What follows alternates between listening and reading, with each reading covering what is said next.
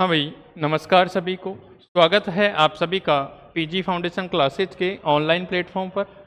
अपन जो लास्ट वाला लेक्चर था उसमें अपन फर्स्ट चैप्टर जो जड़त्वीय अजड़त्वीय निर्देश तंत्र था और गैलीलियन रूपांतरण वाला, उसके अपन न्यूमेरिकल प्रॉब्लम डिस्कस कर रहे थे। ठीक है, तो लास्ट वाली क्लास में अपन ने कुछ न्यूमेरिकल कर लिए थे, बाकी कुछ न्यूमेरिकल अपन आज वाली क्लास में डिस्कस करते हैं। ठीक है, तो अपन न्यूमेरिकल की बात करते हैं और न्यूमेरिकल की बात करते हैं तो अपन पहला क्वेश्चन ही लिखते हैं भाई। ठीक है, तो क्वेश्चन लिखेंगे आप पहला क्वेश्चन, और पहला क्वेश्चन आपका है सिद्ध कीजिए कि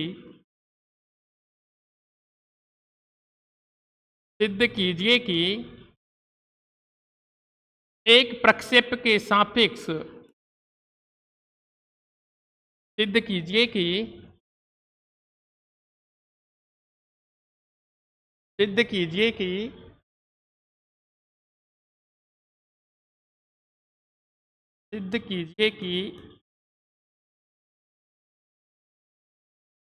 एक प्रक्षेप का पथ,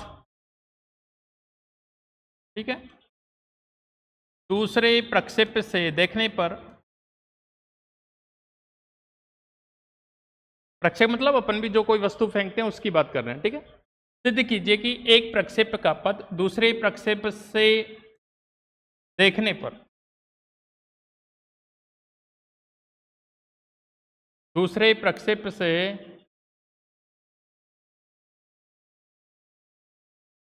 देखने पर, सिद्ध कीजिए कि एक प्रक्षेप का पथ दूसरे प्रक्षेप से देखने पर सरल रेखीय दिखाई देता है।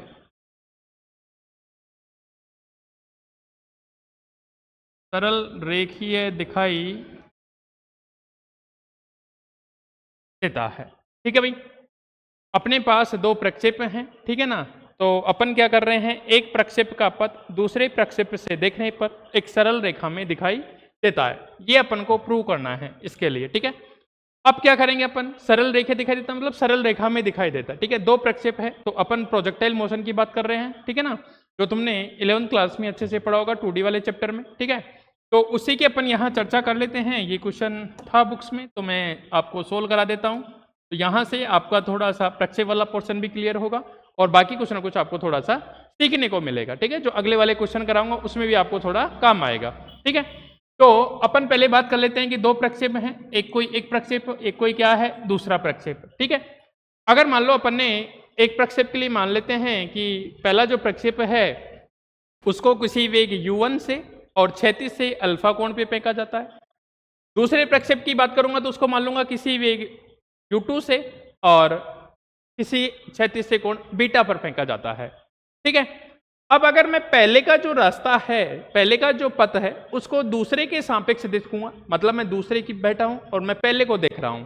ठीक है, मैं दूसरे प्रक्षेप पे बैठ गया और पहले वाले को देख रहा हूं, तो मुझे उसका रास्ता कैसे दिखाई देगा उसकी बात कर रहा है। ठीक है, वो रास्ता मुझे कैसे दिखाई देगा, वो रास्ता कैसे दिखाई देगा, एक लीनियर सरल रेखा दिखाई देगी। तो अपन को उस चीज को प्रूव करना है। ठीक है, तो देखो मैं मान लेता हूं, माना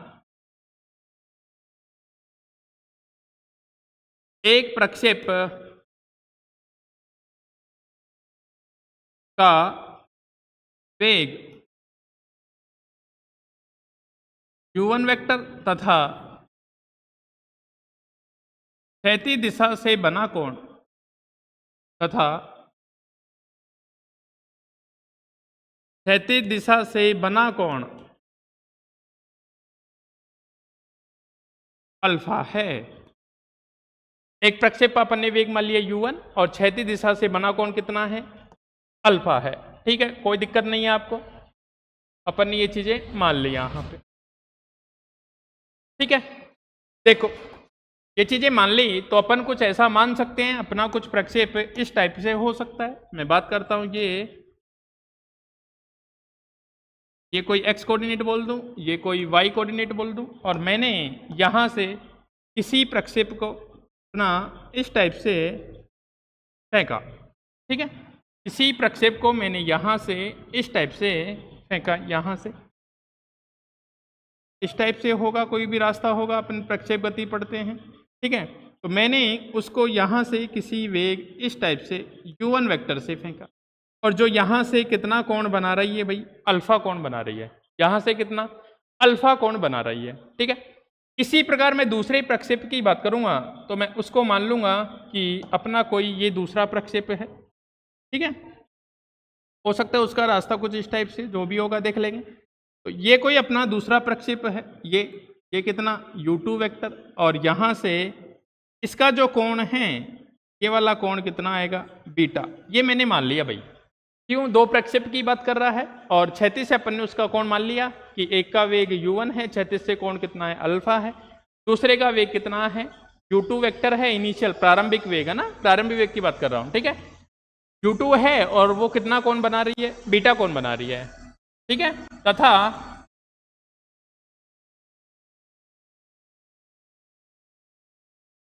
दूसरे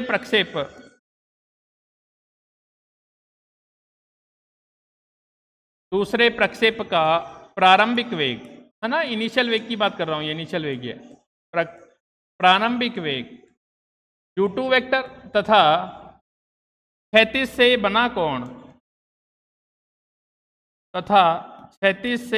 कोण बीटा है।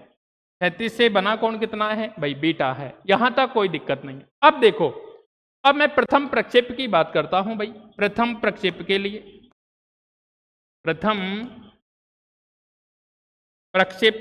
भाई किसके लिए बात करता हूं मैं, प्रथम प्रक्षेप के लिए। प्रथम प्रक्षेप के लिए अब देखो वेग के दो कंपोनेंट होंगे यहाँ। प्रथम प्रक्षेप के लिए वेग के दो घटक, एक इसका क्षैतिज घटक, एक इसका ऊर्ध्वाधर घटक, ठीक है। प्रथम प्रक्षेप के लिए क्षैतिज घटक, वेग का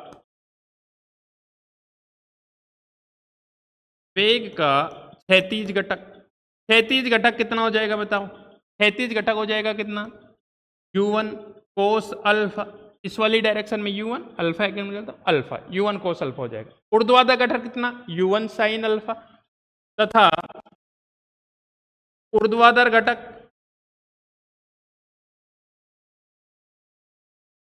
घटक कितना भाई, u1 साइन अल्फा। ऊर्ध्वाधर घटक कितना भाई,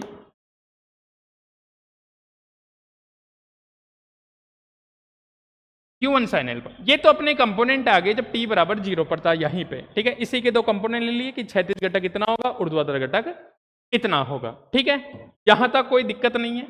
अगर मैं बात करता हूं किसी टाइम स्मॉल t पर, ठीक है, किसी टाइम किस पे भाई, स्मॉल t की बात करता हूं मैं, तो देखेंगे स्मॉल t बात क्या आ जाएगा अपने पास, ठीक। मैं बात करता हूं किसी समय स्मॉल t के बाद, वो तो इनिशियल कंडीशन थी भाई, t के बाद वेग का क्षैतिज घटक, भाई फर्स्ट प्रक्षेप की बात कर रहा हूं मैं, वेग का क्षैतिज घटक, ठीक है। अगर क्षैतिज घटक, इसको मैं vx बोलूं, वेग का क्षैतिज घटक कैपिटल से लिख दिया, तो कितना बन जाएगा बताओ। अपने पास कितना था, ये था u1 और कोस कितना अल्फा, u1 कितना कोस अल्फा रहेगा। क्यों, क्षैतिज दिशा में कोई त्वरण नहीं है, क्षैतिज दिशा में त्वरण नहीं है तो वेग में कोई चेंज नहीं, त्वरण नहीं है, सॉरी, त्वरण होता तो वेग में कुछ परिवर्तन होता। क्षैतिज दिशा में कोई वो नहीं है, त्वरण नहीं है, तो यहाँ वेग का घटक में कोई परिवर्तन नहीं आएगा। इसको अपन ऐसे भी बोल सकते हैं कि पार्टिकल है जो x डायरेक्शन में एक समान वेग कितने से, u कोस अल्फा से गतिशील होगा, ठीक है। अब जबकि ऊर्ध्वाधर कंपोनेंट की बात करूंगा तो ऊर्ध्वाधर डायरेक्शन में g रहता है, तो अपन प्रथम समीकरण यूज करें v equal to u plus a t, तो a की जगह कितना आ जाएगा, माइनस g आ जाएगा, ठीक है। जबकि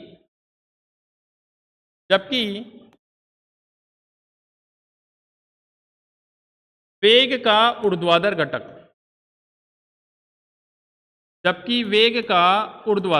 t टाइम बाद की बात कर रहा हूं, उसको लिखा मैंने vy, और vy कितना हो जाएगा भाई, u1 साइन अल्फा माइनस कितना भाई gt, ठीक है भाई। कहां से आया ये चीज, चूंकि लिख सकता हूं v इक्वल टू कितना होता है अपने पास u प्लस ए टी, ठीक है। तो इसको अगर इसकी फॉर्म में लिखेंगे तो u माइनस कितना बन जाएगा gt, u वाला कंपोनेंट y की बात कर रहा हूं तो इधर भी y हो जाएगा, और ये कितना बन जाएगा gt। ui कितना था अपना u साइन अल्फा, और माइनस gt उसमें से कम हो गया, ठीक है। तो इसको कोई नंबर मैंने लिखा 1 नंबर और इसको नंबर लिखा कोई 2 नंबर, ठीक है। इसी प्रकार अगर मैं बात करूं दूसरे प्रक्षेप के लिए, ठीक है, इसी प्रकार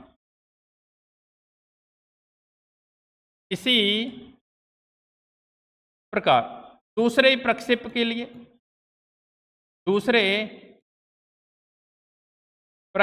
के लिए, दूसरे प्रक्षेप के जब इनिशियल कंपोनेंट था बीटा बन रहा था वहां से, तो इनिशियल कंपोनेंट इसका कितना बन जाएगा भाई, इनिशियल कंपोनेंट बनेगा इसका क्षैतिज घटक लिख देता हूं मैं, वेग का क्षैतिज घटक ऐसे लिखो भाई। दूसरे प्रक्षेप के लिए वेग का क्षैतिज घटक, वेग का ये बना अपने पास क्षैतिज घटक, वेग का क्षैतिज घटक, तो क्षैतिज घटक कितना हो जाएगा बताओ, वेग था u2 और बीटा कौन बन रहा था, तो क्षैतिज घटक हो जाएगा कोस बीटा। जबकि वेग का ऊर्ध्वाधर घटक, वेग का ऊर्ध्वाधर घटक कितना हो जाएगा, u2 तो था, ऊपर कितना हो जाएगा साइन बीटा हो जाएगा। कोई दिक्कत है तुम्हें? मेरे हिसाब से कोई दिक्कत नहीं होनी चाहिए। बाकी अगर किसी को प्रॉब्लम हो तो फिर से बता देता हूं। अपन ने 2 प्रोजेक्ट माने, प्रोजेक्टाइल जो प्रोजेक्ट अपना जिसको प्रक्षेप बोलते हैं, जिस वस्तु को फेंकना होता है उसको प्रक्षेप बोलते हैं, और इस प्रकार की जो गति प्रक्षेप गति कहलाती है, ठीक है। तो अपन ने को मान लिया u1 वेग है अल्फा कोण से, तो क्षैतिज घटक u1 कोस अल्फा, ऊर्ध्वाधर u1 साइन अल्फा, मैंने बताया था कंपोनेंट निकालना, ठीक है ना। और अगर दूसरे की बात करूं जो बीटा कोण से u2 से फेंका, तो उसका क्षैतिज घटक कितना u2 कोस बीटा और u2 साइन बीटा हो जाएगा, ठीक है। तो ये तो हो गया। अगर टी टाइम की बात की तो मैंने पास समीकरण लगा दिया, v इक्वल टू यू मैंने जी टी, यू का मान कितना है, क्षैतिज वाला तो चेंज ही नहीं होगा क्योंकि क्षैतिज में कोई त्वरण नहीं है, त्वरण 0 है, तो सेम ही कंपोनेंट आएगा। जबकि वाई डायरेक्शन वाला है ऊर्ध्वाधर जो घटक है उसमें माइनस जी टी हो जाएगा, ठीक है। इसी प्रकार इसकी बात करता हूं, इसी समय स्मॉल टी के बाद, इसी समय स्मॉल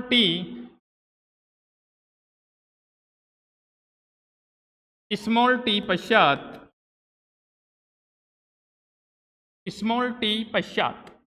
प्रक्षेप दूसरे वाले प्रक्षेप की बात कर रहा हूं, प्रक्षेप का वेग का क्षैतिज घटक,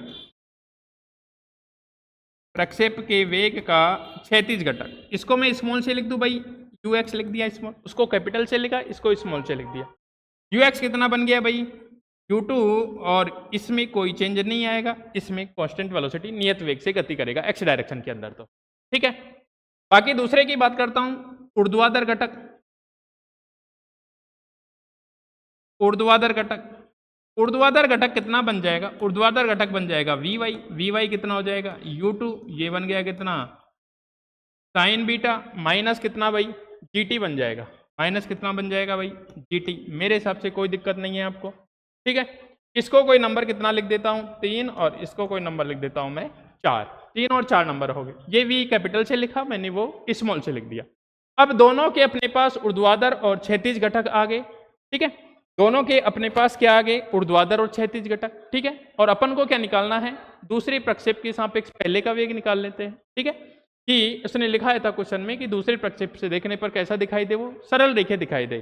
तो अपन ने गैलीलियन रूपांतरण में पढ़ा था कि दूसरे निर्देश तंत्र के सापेक्ष पहले निर्देश तंत्र पे रूपांतरण समीकरण पढ़े थे, तो मैं यहाँ गैलीलियन रूपांतरण समीकरण का यूज करता हूं, ठीक है।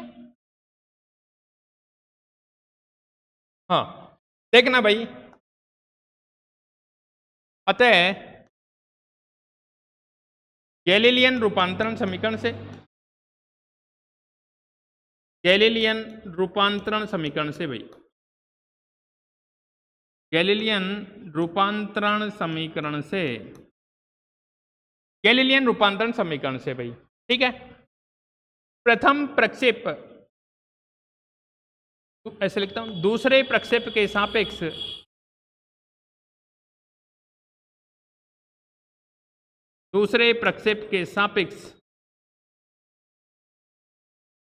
प्रथम प्रक्षेप के वेग का क्षैतिज घटक, वेग का क्षैतिज घटक, ठीक है। दूसरे के सापेक्ष निकाल रहा हूं तो मैंने इसको लिख दिया vx डैश, इधर लिख दूँ वी एक्स और इधर कितना कैपिटल वी एक्स। ठीक है भाई। दूसरे के लिए किसकी बात कर रहा हूँ, दूसरे प्रक्षेप के सापेक्ष प्रथम प्रक्षेप का वेग v x dash v x minus कितना कैपिटल वी एक्स हो जाएगा। ठीक है, तो यहां से कितना बनेगा देखना,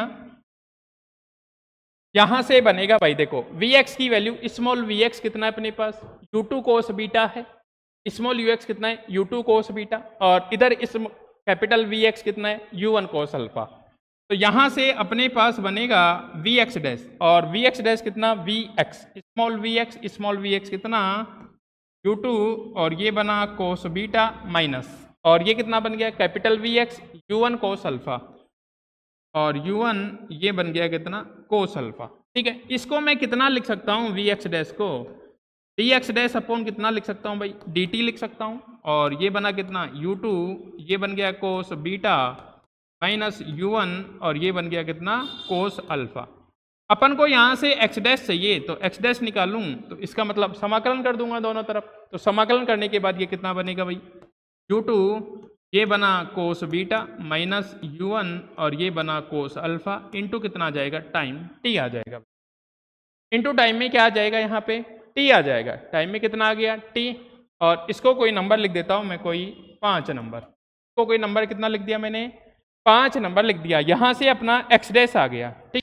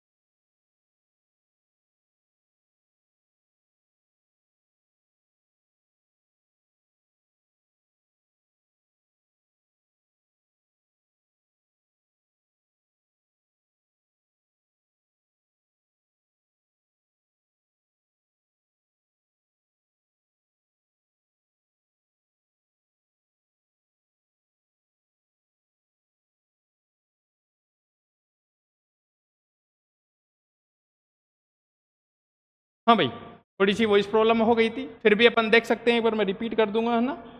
देखो फिर से मैं एक बार रिपीट कर देता हूं तुम्हारे लिए। हाँ, अपन ने क्या माना था भाई, दो प्रोजेक्टाइल माने, दो प्रोजेक्टाइल, एक में अपन u1 वेग से फेंका जिसको अल्फा कोण पे, और दूसरे को u2 से किस पे, बीटा कोण पे। दोनों का क्षैतिज घटक ले लिया, u1 cos अल्फा और u1 sin अल्फा, और u2 cos बीटा और u2 sin बीटा वाले। किसी टाइम t के बाद बात की तो जो क्षैतिज घटक है उसमें कोई चेंज नहीं आएगा, क्यों, इस डायरेक्शन में कोई अपना क्या नहीं है, त्वरण नहीं है, तो ये नियत कांस्टेंट वेलोसिटी हो गई। जबकि y में g लग रहा है तो माइनस क्या हो जाएगा, उसमें से gt हो जाएगा। कहाँ से, फर्स्ट समीकरण का यूज करके, न्यूटन वाले का। इसी प्रकार मैंने दूसरे प्रक्षेप के लिए निकाल दिया, दोनों समीकरण आ गए, एक को मैंने कैपिटल से लिखा, एक को मैंने स्मॉल से लिखा, ठीक है। अगर अपन ने गैलिलियन रूपांतरण पढ़ा था तो अपन ने एक के सापेक्ष दूसरे का वेग निकाला था, तो vx dash equal to vx minus capital vx, ये फॉर्मूला यूज किया, दोनों की वैल्यू रखी, ये इक्वेशन बनाई, x डैश आ गया, यहां समाकलन किया मैंने भाई, है ना। अपन को x डैश चाहिए तो दोनों तरफ मैंने क्या कर दिया, समाकलन, उधर टाइम के सापेक्ष तो टाइम आ गया, ठीक है। इसी प्रकार आगे की बात की तो इसी प्रकार दूसरे प्रोजेक्ट के लिए उसका ऊर्ध्वाधर घटक निकाल दिया, और दोनों को सोल्व करके यहाँ से t को एलिमिनेट किया, t को एलिमिनेट करके ये वाली चीजें मैंने ला दी यहाँ पे, ठीक है। ये सब क्वांटिटी क्या है, कांस्टेंट है, तो मैं लिखता हूं अतः समीकरण 8 y इक्वल टू किसका रूप है भाई, mx का, y इक्वल टू mx का रूप है। अतः यह क्या होगा, सरल रेखा का समीकरण है, y इक्वल टू mx का रूप है। अतः दूसरे प्रक्षेप से देखने पर पहले या प्रथम प्रक्षेप का पथ सरल रेखीय दिखाई देता है, या फिर सरल रेखा में दिखाई देता है, सरल रेखा में दिखाई देता है, सरल रेखा में दिखाई देता है, ठीक है भाई। यही प्रूव करना था कि दूसरे से देखने पे पहले का जो पथ है वो कैसा दिखाई दे, सरल रेखा में दिखाई दे, ठीक है। नोट कर लीजिए भाई, फिर अपन अगले क्वेश्चन की बात करते हैं भाई, ठीक है। अगले क्वेश्चन की बात करते हैं, लिख लिया, देखो आगे चलते हैं। हाँ, अगला क्वेश्चन लिखेंगे भाई, अगला क्वेश्चन आपका बहुत अच्छा क्वेश्चन है, और वहां से भी आपको काफी चीजें सीखने को मिलेगी भाई, ठीक है। लिखो, क्वेश्चन लिखना, एक पत्थर का टुकड़ा भाई, एक पत्थर का टुकड़ा, एक पत्थर का टुकड़ा, या पत्थर मान लो, है ना, क्यों हो ही शरारती तुम। एक पत्थर का टुकड़ा किसी, एक पत्थर का टुकड़ा किसी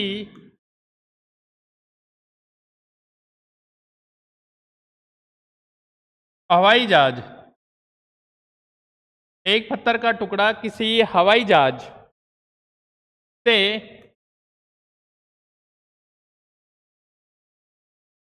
जो कि एक समान वेग से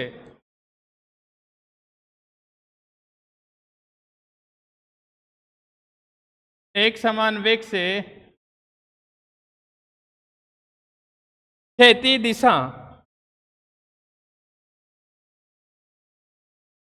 दिशा में जा रहा है या गतिशील है, से गिराया जाता है,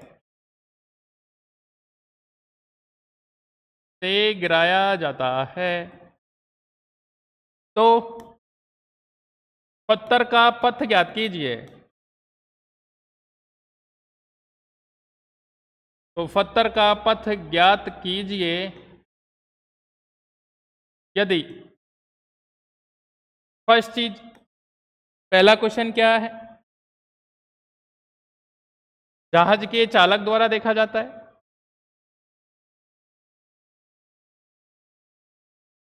जहाज के चालक द्वारा देखा जाता है भाई। क्वेश्चन तो क्या, जहाज का चालक खुद देख रहा है तो उसको कैसा दिखाई देगा। सेकंड है, पृथ्वी पर स्थित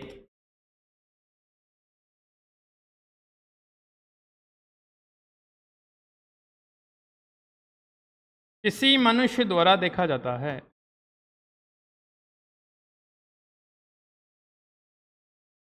मनुष्य द्वारा देखा जाता है। ये क्वेश्चन है भाई आपका, है ना। अब देखो मैं बहुत इंटरेस्टिंग तरीके से आपको बताऊंगा, है ना, होगा क्या वो देखते हैं। देखो भाई ये अपना क्वेश्चन है, तो मैं थोड़ा ऊपर कर देता हूं, अपन को थोड़ा स्पेस। हाँ, अब देखो भाई सॉल्यूशन की चर्चा कर लेते हैं अपन। सॉल्यूशन में क्या है कि देखो क्वेश्चन समझो पहले। तो क्वेश्चन क्या है? क्वेश्चन ये है कि मैंने तुमको हवाई यात्रा करवाई, है ना। हाँ बिठाऊंगा भाई, सबको जहाज में बिठाऊंगा, है ना। तो लेकिन तुम शरारती, तुमने क्या किया, अपने साथ कुछ कंकड़ पत्थर ले गए रख के जेब में, है ना। और जैसे ही मैंने तुमको जहाज में बिठाया और मैंने जहाज चलाया, उड़ाया, मतलब कहने का मतलब, है ना, हवाई जहाज की बात हो रही है, ठीक है। तो मैं तो पायलट हो गया उसका और आप पीछे बैठ गए उसमें। आप में से किसी ने एक ने क्या किया, जेब से पत्थर निकाला और नीचे डाल दिया, डाल दिया भाई। अब वो बता रहा है कि जो पत्थर तुमने गिराया उसका रास्ता कैसा दिखाई देगा, उसका पथ कैसा दिखाई देगा। पहली क्या कंडीशन है कि वो पायलट द्वारा देखा जा रहा है, यानी मेरे द्वारा, मैं पायलट हूं तो मैंने देखा, मैं देखूंगा पत्थर कैसे जा रहा है, कौन से रास्ते से जा रहा है। और सेकंड थिंग ये कि आप अपने मम्मी पापा को बोल के आ गए, है ना, या घर वाले के किसी मेंबर को बोल के आ गए कि मैं आज हवाई जहाज में बैठूंगा और वहां से पत्थर गिराऊंगा, तो तुम मुझे जमीन से देखना कि उसका पथ कैसा दिखाई देता है ना। अरे खुद थोड़ी गिरोगे, खुद नहीं गिरोगे, पत्थर गिराया, खुद गिरेंगे तो फिर तो रास्ता अच्छे से दिखाई दे जाएगा अपने आप, है ना। तो आपने क्या किया, पत्थर गिराया, इसलिए पत्थर गिराना ना, खुद गिर गए तो काम खत्म हो जाएगा तुम्हारा, ठीक है भाई। तो देखो उसी की चर्चा कर लेता हूं मैं। हाँ तो देखो भाई कैसे अपन बात करते हैं किसी टाइम t इक्वल टू 0 पे, है ना। टाइम t की बाद में बात करूंगा, जब मैंने आपको तुरंत बिठाया तब आपकी क्या हालत हुई, आपको डर लगा, पहली बात तो लगा ही होगा भाई, पहली बार हेलीकॉप्टर में बैठ रहे हो, ठीक है। तो अपन मान लेते हैं ये कोई अपना एक्स कोऑर्डिनेट है और ये अपना 0,0 कोई मूल बिंदु है। अपना जो हेलीकॉप्टर था वो कहीं इसी हाइट पे था, ये हेलीकॉप्टर बना दिया भाई अपना, ये प्लेन था अपना, ठीक है, ये प्लेन। और ये जो प्लेन था, जो ग्राउंड से हाइट मैं मान लेता हूँ स्मॉल मानता हूँ भाई, कैपिटल नहीं मान रहा, छोटी हाइट मान रहा हूँ, स्मॉल वाली, है ना, थोड़ी ऊंचाई पे उड़ा रहा था मैं, ज्यादा ऊंचाई पे नहीं उड़ाया। और आप यहाँ पीछे को बैठे हुए थे भाई, ये बैठा दिया मैंने आपको, ठीक है, और मैं ये चला रहा था, मैं ये रहा, ठीक है, कोई दिक्कत नहीं है। अब ये जो अपना एरोप्लेन था, ये जहाज था जो इस वाली डायरेक्शन में एक नियत वेग से चल रहा था, उस नियत वेग को मैं कोई कैपिटल V मान लेता हूं भाई, ठीक है, मैं कोई कैपिटल V या स्मॉल v जो भी मानना चाहो, स्मॉल v वेक्टर, ठीक है ना, एक समान वेग से इस क्षैतिज दिशा में चल रहा था और हाइट मैंने कितनी मान ली इसकी, स्मॉल h हाइट पे था। जब अगर मैं मानूं कि जहाज के जो कोऑर्डिनेट हैं वो x कैपिटल Y मान लो, इसके जो कोऑर्डिनेट थे, इसके जो कोऑर्डिनेट वो कैपिटल X कैपिटल Y मान लिया मैंने। और यहां से जब तुमने पत्थर गिराया भाई, इस टाइप से कोई पत्थर गिराओगे तुम, इस टाइप से ऐसे, तो वो पत्थर कुछ इस टाइप से गिरता हुआ जाएगा। अब वो अलग अलग जगह से देखने पर अलग अलग प्रकार से देखा जाएगा, अलग अलग निर्देश तंत्र से, ठीक है। मैंने उसके कोऑर्डिनेट मान लिए कि किसी टाइम t के बाद वो XY कोऑर्डिनेट हैं उसके, और कैपिटल XY किसके हैं, जहाज के, ठीक है। आगे चलते हैं। अब जब t इक्वल टू 0 है, t इक्वल टू कितना है भाई, 0, तब अपन बात करते हैं कि जहाज के कोऑर्डिनेट क्या होंगे, ठीक है। तो देखना भाई, अच्छे से समझना, बहुत ही शानदार, हंसो मत भाई, हंसने के लिए टाइम दूंगा अलग से, ठीक है। मैं लिखता हूं किसी समय t इक्वल टू 0 पर, किसी समय t इक्वल टू 0 की बात करूं, ठीक है। तो जहाज के जो निर्देशांक हैं, जहाज के जो निर्देशांक हैं, अपन मान लेते हैं कि जब t बराबर 0 था तो जहाज कहां पे था, h ऊंचाई पे था, ये अपन 0,h लिख सकता हूं, और v वेलोसिटी से चल रहा था। तो मैं लिखता हूं किसी समय स्मॉल t इक्वल टू 0 पर जहाज के निर्देशांक, जहाज के निर्देशांक, जिनको अपन ने क्या मान रखा है भाई, कैपिटल XY मान रखा है, और जो कितने हैं भाई, निर्देशांक लिखना चाहो तो यहां लिख सकता हूं मैं, 0 पे तो कितना है, 0 इंटू h है, इतनी हाइट पे था। अब किसी समय t की बात करूं, किसी समय स्मॉल t पर भाई, किसी समय स्मॉल t पर, किसी समय स्मॉल t पर, ठीक है। अगर मैं यहां से x कोऑर्डिनेट देखना चाहूं, ये v वेलोसिटी से कांस्टेंट वेलोसिटी से जा रहा था, t टाइम की बात करूं तो चाल बराबर दूरी बटा समय, दूरी कितनी आ जाएगी, अरे v वेलोसिटी से तुम भाग रहे हो तो t टाइम बाद कितना भाग जाओगे, vt भाग जाओगे, उतना डिस्टेंस कवर कर लोगे, ठीक है। तो ये बन गया इसका कोऑर्डिनेट, vt बन गया, नंबर कितना 1, और कैपिटल वाई कितना, कैपिटल वाई कितना भाई, जहाज तो वही था, जहाज तो इतनी हाइट पे चल रहा है, गिराया कौन है, पत्थर। अरे भाई मैं पायलट हूं, ऐसे थोड़ी गिरने दूंगा जहाज को, नहीं है ना, हवाई जहाज को नहीं गिरने दूंगा भाई, ठीक है। अरे जहाज नहीं गिरेगा तो उसकी हाइट में कमी थोड़ी आएगी, उसकी हाइट तो फिक्स रहेगी उतनी की उतनी, ठीक है। तो वो कैपिटल एच की बात हो गई, स्मॉल एच की, सॉरी, ठीक है। तो ये किसके कोऑर्डिनेट आ गए, जहाज के कोऑर्डिनेट आ गए कि वी से चल रहा था तो वीटी डिस्टेंस कवर कर लेगा वो, और हाइट उतनी पे ही रहेगा। पत्थर गिराया तो पत्थर की हाइट में कमी आएगी, ना कि जहाज, जहाज तो उसी स्पीड से एच हाइट पे चल रहा है, तो उसके कोऑर्डिनेट ये हो गए, ठीक है। यहां तक कोई दिक्कत नहीं है। अब अपन देखो, ये तो जहाज की कोऑर्डिनेट हो गए, अब अपन बात कर लेते हैं पत्थर की, बात कर लेते हैं, ठीक है। किसकी बात करेंगे भाई, पत्थर की, ठीक है। तो मैं लिखता हूं यहां पत्थर के निर्देशांक,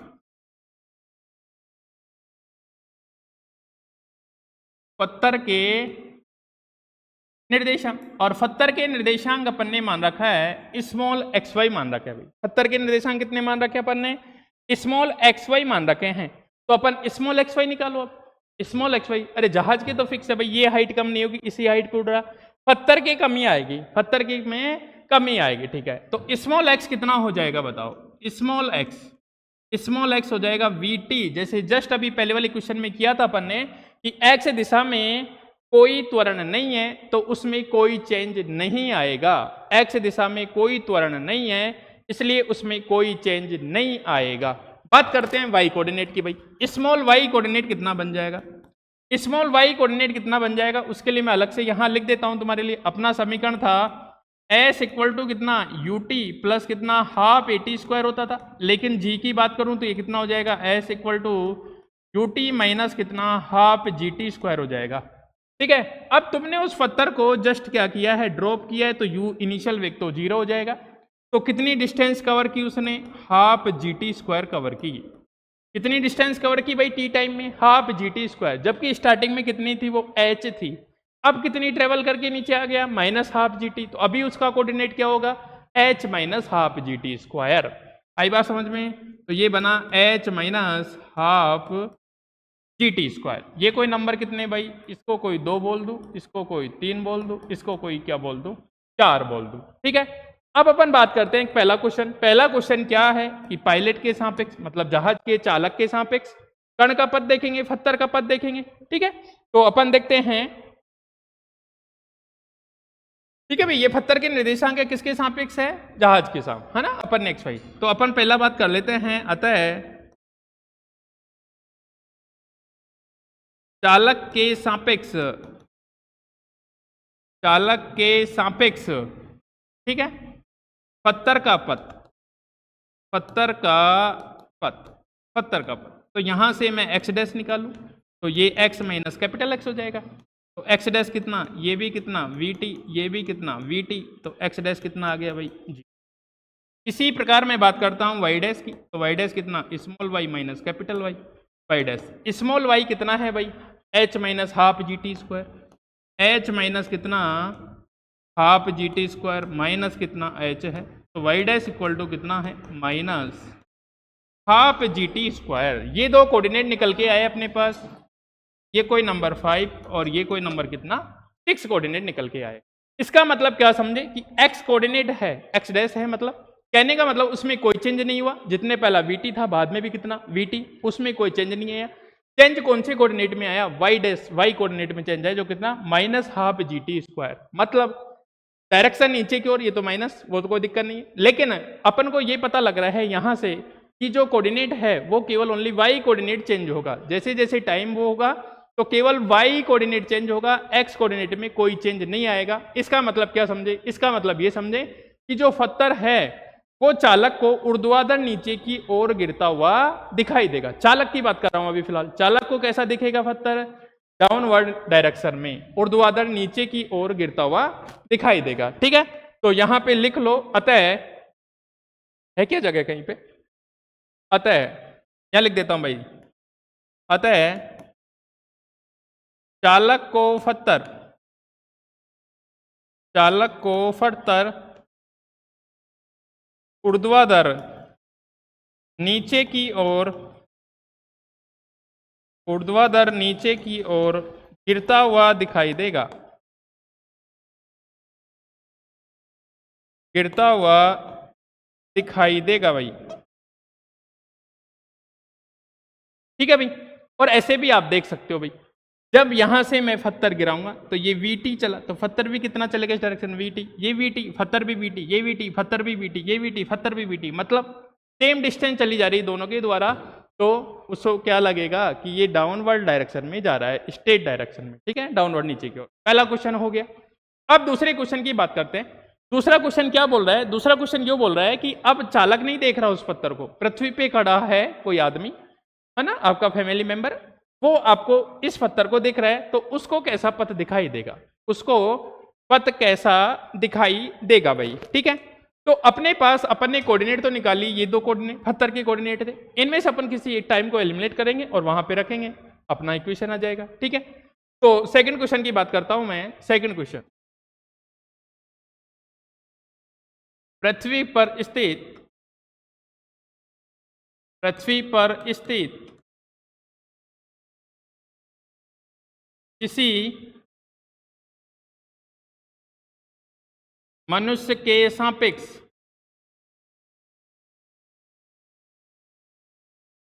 पत्थर का पथ।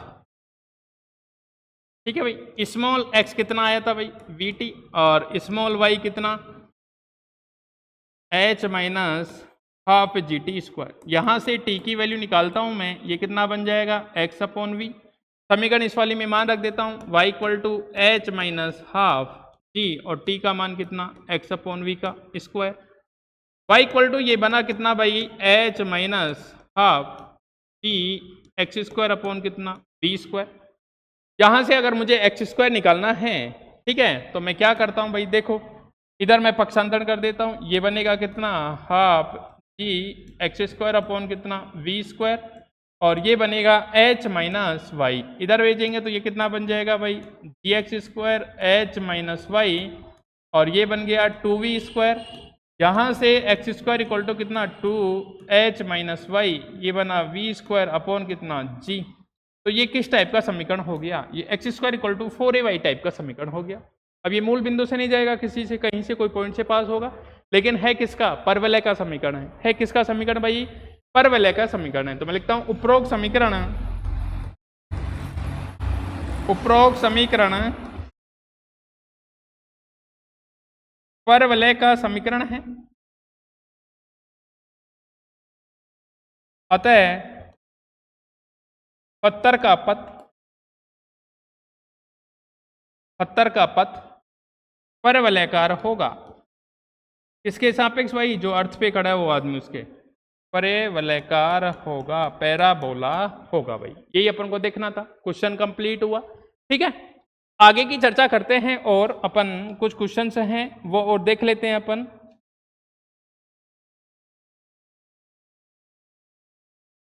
हाँ भाई, कुछ क्वेश्चंस और हैं वो और देख लेते हैं। तो नेक्स्ट क्वेश्चन लिखोगे आप लोग, अगला क्वेश्चन देखना भाई, अगला क्वेश्चन लिखो। अगले क्वेश्चन की बात करता हूं। अगला क्वेश्चन आपका है, एक निर्देश तंत्र में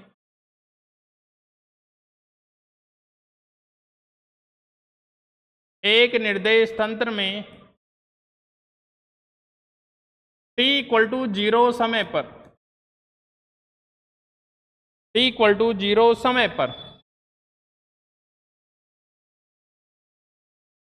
दो कणों की स्थितियां, और स्थितियां आपको ऐसे दे रखी है भाई, t इक्वल टू 0 पर दो कणों की स्थितियां कुछ ऐसे दे रखी है भाई, 3i cap minus 4j cap plus कितना, 7k कैप, तथा इधर दे रखा है आपको i cap plus 2j cap plus कितना भाई, 5k कैप, है ना, ये 5k कैप।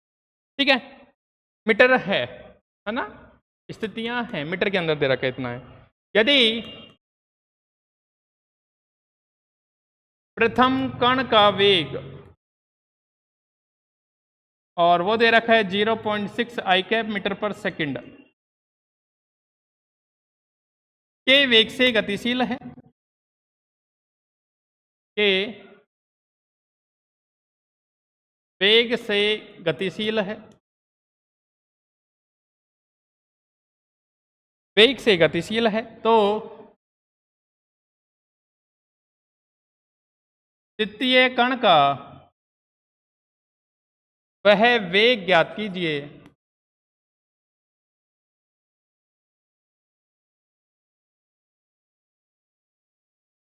वह वेग ज्ञात कीजिए जिससे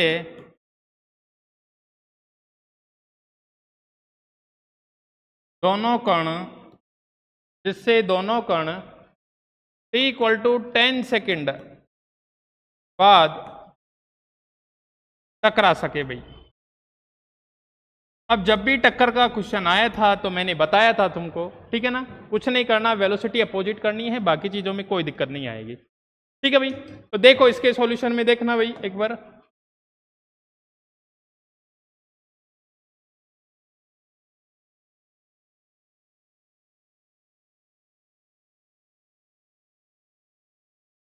हाँ, सॉल्यूशन की बात कर लेते हैं अपन। सॉल्यूशन की बात की मैंने, देखो माना प्रथम कण का स्थिति सदिश,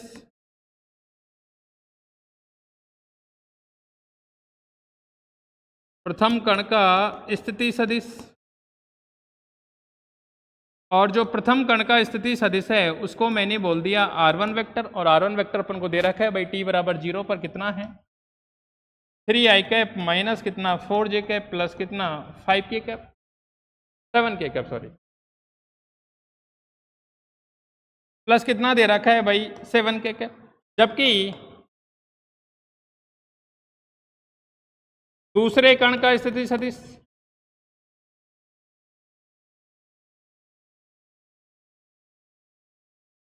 जबकि दूसरे कण का स्थिति सदिश, दूसरे का स्थिति सदिश कितना है भाई r2 वेक्टर बोल सकता हूँ उस चीज को। r2 कितना आएगा भाई i cap plus 2j cap, i cap plus 2j cap plus कितना आएगा 5k कैप। ठीक है भाई, तो उस पहले वाले पार्टिकल की वेलोसिटी दे रखी है 0.6 i कैप के अंदर। ठीक है, अपन को क्या चाहिए भाई, अपन को vt चाहिए, टाइम कितना 10, और अपन को यहां से vt चाहिए, अपन को यहां से क्या चाहिए भाई vt चाहिए। ठीक है, तो अपन बात करते हैं रूपांतरण समीकरण से भाई, है ना, रूपांतरण समीकरण से। टक्कर वाले केस की बात कर रहा हूं भैया ना, इस चीज का ध्यान रखना। मैं यहां लिखता हूं रूपांतरण समीकरण से, रूपांतरण समीकरण से भाई। रूपांतरण समीकरण अपन ने टक्कर के देखो पढ़ी तो ऐसी थी, मैं बता देता हूं फिर से, है ना, r dash vector equal to कितना r वेक्टर माइनस कितना vt। ठीक है, लेकिन अपन टक्कर की बात कर रहे हैं तो इसको क्या कर लेके चलते हैं, प्लस लेके चलते हैं। वो क्यों, डायरेक्शन अपोजिट करनी पड़ती है टक्कर के लिए, इस वाले केस है ना, बाकी ऐसा कुछ लॉजिक नहीं है ना। ठीक है, और 1 है तो मैंने 1 लगा दिया, ये 1 लगा दिया, और दूसरे कण के लिए r2 डैश इक्वल टू कितना भाई r2 वेक्टर और प्लस कितना v2 वेक्टर इंटू कितना भाई t। ठीक है, अब टक्कर के लिए दोनों की पोजीशन क्या होनी चाहिए, बराबर होनी चाहिए भाई। टक्कर के लिए अरे आएंगे तभी एक साथ, तभी तो टकराएंगे, दूर से तो टकरा के चले जाएंगे। तो यहां से r2 dash vector equal to कितना होना चाहिए r1 डैश, दोनों को बराबर कर दो भाई, दोनों की पोजीशन मैंने क्या कर दी बराबर कर दी। तो यहां से बराबर के बाद मुझे क्या मिलेगा r1 प्लस कितना v1 वेक्टर t, और ये बना कितना r2 प्लस कितना v2 वेक्टर t बना। ठीक है, यहां बनेगा अपना r1 की वैल्यू रख दो, या फिर अपन को v2 चाहिए तो पहले v2 निकाल लेते हैं। ये बना कितना v2 वेक्टर इंटू t, ये बनेगा r2 माइनस कितना r1। ठीक है, सही लिखा मैंने, देखो एक बार। यहां से अपन इसको डायरेक्ट अपन v2 निकालते हैं, तो अपन v2t तो इधर रखा v2t, और इधर कितना बन जाएगा, इसको इधर रखा, ये बनेगा कितना r1 माइनस कितना r2, और प्लस बन जाएगा कितना v1t। t को भी डिवाइड कर देता हूं, अपन को तो v2 वेक्टर चाहिए, t डिवाइड हो जाएगा, यहां बन जाएगा r1 माइनस कितना r2 डिवाइड में t प्लस कितना v1 वेक्टर बन जाएगा। है कोई दिक्कत तुम्हें, कोई दिक्कत नहीं होनी चाहिए। अपन को v2 चाहिए, मैंने r2 को इधर ला दिया, r1 माइनस r2 हो जाएगा प्लस v1t था, t भी डिवाइड कर दिया, अपन को ये चाहिए, तो अपन को ये वाली वैल्यू चाहिए भाई। अपन को क्या चाहिए r1 माइनस r2 ये चाहिए। ठीक है, तो मैं नेक्स्ट पेज पे चलता हूँ, नेक्स्ट पेज पे चलूँ या यहीं पे सोल्व करूँ, यहीं पे सोल्व कर देता हूँ। ये बना v2 वेक्टर। ठीक है, अब देखो r1 माइनस r2 करना है, तो r1 माइनस r2, r1 की वैल्यू रखता हूँ पहले तो मैं, तो पहले मैंने R1 की वैल्यू रखी, ये बन गया कितना 3i कैप माइनस कितना 4j कैप और प्लस में कितना भाई 7k कैप। ठीक है, इसमें से माइनस किया मैंने, इसको माइनस कर दिया R2 को, R2 बना मेरे पास कितना i कैप प्लस कितना भाई 2j कैप और प्लस बना कितना 5k कैप। ठीक है, डिवाइड में कितना करना है भाई 10 करना है, 10 सेकेंड प्लस कितना है 0.6 i कैप है। ठीक है भाई, अब इसको अपन को सोल्व करना है तो मैं इधर सोल्व कर देता हूं आपके लिए। देखना ये बना अपने पास कितना भाई v2 वेक्टर है ना। देखो 3i माइनस i कितना बनेगा 2i, कितना बनेगा भाई 2i कैप। ठीक है, इधर माइनस 4j इधर माइनस 2j कितना बनेगा माइनस 6j, इधर प्लस 7i इधर माइनस 5k इधर कितना बन जाएगा प्लस 2k और ये मल्टीप्लाई में कितना है इन सबके 10 है और प्लस में 0.6 i कैप है। इधर कितना है भाई 0.6 किस में है i कैप के अंदर है ना, यहाँ ये वाला 0.6 i कैप। ये बना अपने पास v2 वेक्टर, इन सबको डिवाइड करूंगा तो 0.2 i कैप माइनस 0.6 कितना j कैप प्लस कितना 0.2 k कैप और प्लस कितना है 0.6 i कैप है। तो v2 वेक्टर कितना बना, v2 वेक्टर बना 0.8 i कैप माइनस 0.6 कितना j कैप प्लस कितना 0.2 कितना बनेगा k कैप। ये उसकी वेलोसिटी आएगी भाई दूसरे पार्टिकल को, कब कि t इक्वल टू 10 सेकेंड में भी आपस में टक्कर कर सके। ठीक है भाई, यहां तक कोई दिक्कत है एक बार देख लो आप सभी लोग। ठीक है, ठीक है, बाकी अब इसकी एक दो प्रॉब्लम्स और हैं वो अपन कल करवाता हूं नेक्स्ट लेक्चर के अंदर, और बाकी कल ही अपन इसका जो अगला चैप्टर है वो अपन स्टार्ट कर देंगे, आपेक्षिक घूर्णन गति तथा कोरियोलिस बल। बहुत ही अच्छा टॉपिक है, शानदार टॉपिक है। वहां मैं पढ़ाऊंगा तुमको सूडो फोर्स क्या होता है, घूर्णन निर्देश तंत्र क्या होता है। घूर्णन निर्देश तंत्र में अपन अर्थ की ही बात करेंगे, वहां अर्थ को लेके बहुत सारे पढ़ेंगे। कोरियोलिस फोर्स क्या होता है, अपकेंद्रीय बल क्या होता है ना, ये सब चीजें। सूडो फोर्स पढ़ाऊंगा, सूडो फोर्स सारी चीजें, जो कोरियोलिस फोर्स अपकेंद्रीय बल क्या होता है सूडो फोर्स ही होते हैं। सूडो फोर्स क्या होता है, कैसे लगता है, लिफ्ट क्या होती है, अपन को बाहर कब ज्यादा कब कम लगता है, कब बाहरीनता, ये सब चीजें वहां मैं लॉन्ग बिल्कुल फुल डिटेल से डिस्कस करूंगा है ना। तब तक के लिए पहले एक बार इनको देखना, और बाकी एक दो प्रॉब्लम्स और है वो मैं और अच्छे से करवाऊंगा, और भी फिर भी और कोई प्रॉब्लम होगी तो वो भी मैं उनका सॉल्यूशन करवाऊंगा। ठीक है, तब तक के लिए बने रहिए हमारे साथ, बिल्कुल अच्छे से पढ़ते रहिए। ठीक है, ओके भाई, टेक केयर, बाय।